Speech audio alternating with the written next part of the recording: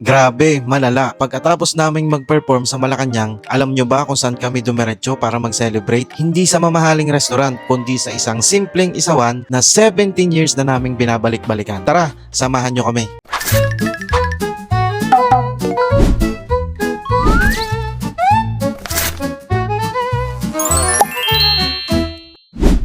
Dada Benox here, pagkatapos ng unforgettable performance ng El Gama Penumbra sa Malacanang para kay Alex Ayala, syempre kailangan may celebration. At alam nyo naman ng El Gama, hindi kami sa steakhouse dumidiretso. Sa budget meal lang tayo, lalo't mga tatay na kami ngayon. Dumiretso kami sa pinakasikat na isawan dito sa Tanawan, Batangas. Alright! Welcome to Tanawan! From Malacanang to Tanawan. Yan, so dahil natuwa ang aming manager, Hello, masayang Yan. masaya. Dahil masaya ang aming manager. Magpapaisaw ako. naglilibre ng pagkain ng aming manager, isaw-isaw.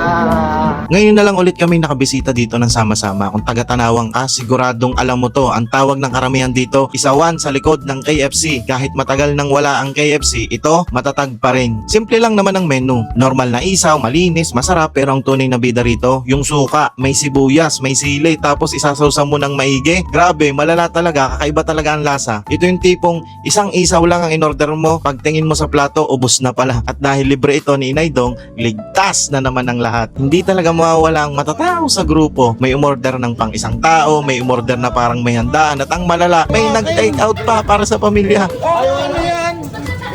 Yung Nigeria. Ano ba to? Yes. Ano to? May kasamang take out? Gusto makamura sini, gusto pamahal. Inay, tinan nyo naman kasama ang kanilang asawa at anak.